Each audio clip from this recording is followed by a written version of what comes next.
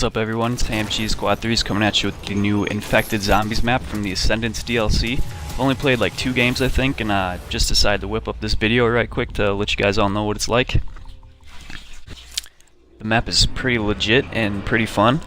Coming up here you're going to see the layout of the map, and I'll explain to you where you gotta go and where you want to go and where you want to stay away from. So you're going to be starting off in the Horde More room, which is the very center of the map, and then you have a decision to either go to the Value Voltage or Atlas Command. They're basically on either side of you, so you just go left or right. I prefer going the Value Voltage route, 1 because it's more open and you have less of a chance of getting cornered, and 2, it is the quickest way to get to Burgetown. To get to Burgetown you have to go through the sewer. That's also where the disinfection room is. This is like the part where the map screws you, because it's really dark down there and there's a lot of pinching points and a lot of tight corners. So if you can, try and stay out of the sewer as much as possible and just run trains in either Value Voltage or Atlas Command or Burgetown. I like running trains in Burgetown on top of the roof especially, but yeah, just try and stay out of the sewer. In this film right here, we actually go the Atlas Command route first, but this is my first game, so I'm not really sure on my feet, don't really know where I'm going, but I do get the magnatron the first time I hit the box ever in this map, so that's pretty sweet, so you'll be able to see some gameplay of that. It's also good to know that the exosuit is in the sewer, so they make you go there pretty much right off the bat if you want to survive. Right here is the entrance to the sewer. That hole in the ground there is exactly the same on the other side in Value Voltage. It's like the exact same hole. You just open the same door and go right through. This spot right here that I just ran through is a major pinching point, and later on in the game film you see I almost die there. So try and stay out of there as much as you possibly can. I'm about to go into the sewer here again, and you'll see, I think it's kind of like split in like 2 levels. You have the upper level and the lower level. The upper level is where you first walk in on here, and then you drop down off the scaffolding to like the lower level, which is where the disinfection room is. Also there's water down there, and if you activate the trap, an alligator swims into the water and eats any zombies that walk into that water. You may have noticed before that down in the sewer on the walls there's burgers painted. If you follow those burgers, they lead you right to Burgertown. They have arrows pointing the way to go, and the only part where it gets a little iffy is where there's a burger paint on the wall and you actually have to drop down through a little hole to get to Burgertown. So that's the only part that confused me. But now you know, because you're watching my video. So, see, this is where this comes in handy. At round 10 we face the zombie boss. He's got like Goliath armor and he can shoot out rockets. Rockets not only hit you, but they also take away your exosuit ability for a little bit. So it's like being hit by an exo zombie. Yeah, it really sucks, but the zombie boss is pretty legit. He's got mad hops and he's actually pretty quick. Right here, this is like a new aspect to the zombies game, kinda. You gotta rescue this survivor. So basically you just follow this guy as he walks around all creepily, hunched over like an ape.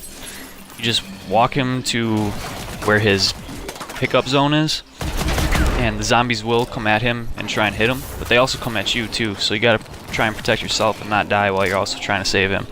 It's pretty difficult, especially when you get to like higher rounds.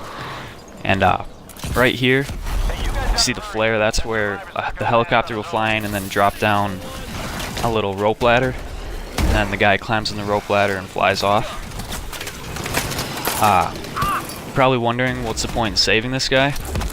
Well, the first time you do it you get an achievement, but throughout the game if you don't save him, your exo ability will get taken away for a little while, and also you the power will be shut off to everything. So it comes in handy to try and save him as much as you possibly can. It's not always the easiest, but it helps. This is the magnatron right here. It or the microwave gun, whatever you want to call it. It's already upgraded because at like round 6 or something the game gives you like a free upgrade, and so whatever gun you have out and your guy is actually holding in his hands will be upgraded. So make sure that you have the gun that you want out upgraded. It doesn't upgrade both your guns, just one. Here's that pinching point that I was talking about earlier. I don't know how I come out of this alive. It's pretty much saved by this popcorn gun, I guess. But right now I'm infected, so I'm going to the disinfection or decontamination room. Which I hate going down here at any time because it's so friggin' dark, and now that I'm infected it's even darker. But the magnatron's a pretty sweet gun. It slows down the zombie and it also blows them up. That's why it gets like the name microwave gun or popcorn gun, because the zombies pop. I really like that it slows them down though. That's probably the best aspect of it. It does suck that you can't reload. I'd rather have that it was a reloading gun, but it's more of like energy directed, so once it runs out of energy it's done, and then you gotta upgrade it, otherwise you can't use it anymore.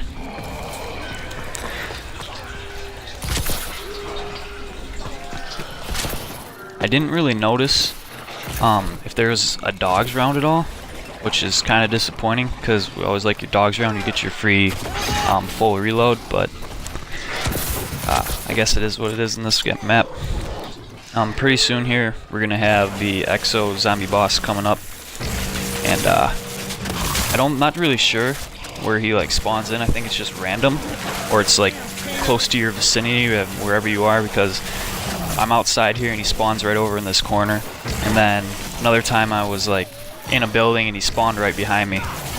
So I guess it's basically whatever the game decides, but it's usually pretty close to you. Guess that was the popcorn set.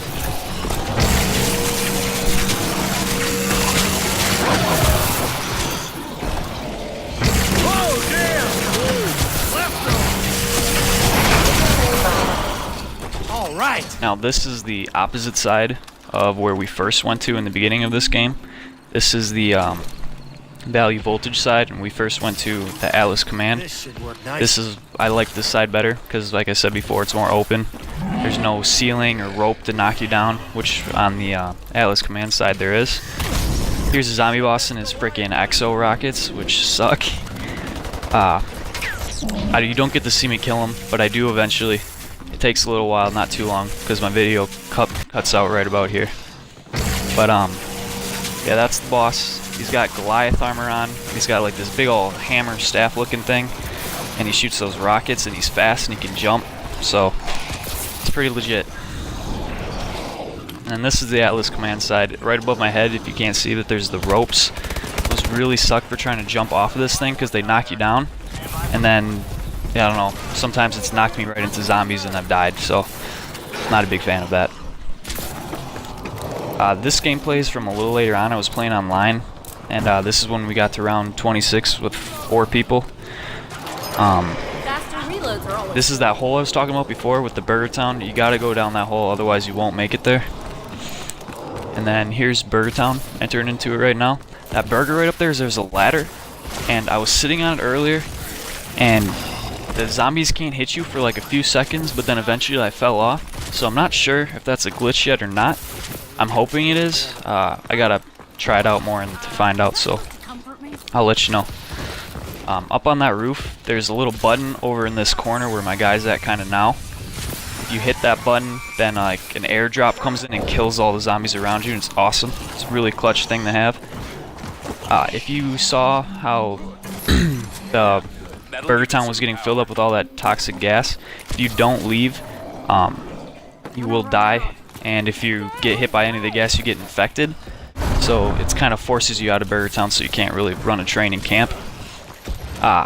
This last part here is showing like the acid zombie. There's also spike zombies which can shoot spikes, but I don't know, acid zombies I think are the best right behind exo zombies because it just killed this guy right here and he's just a crawler. You gotta watch out for acid, so stay away from acid zombies. Acid zombies are bad. Very, very bad. Thank you for watching my video. Ham cheese out.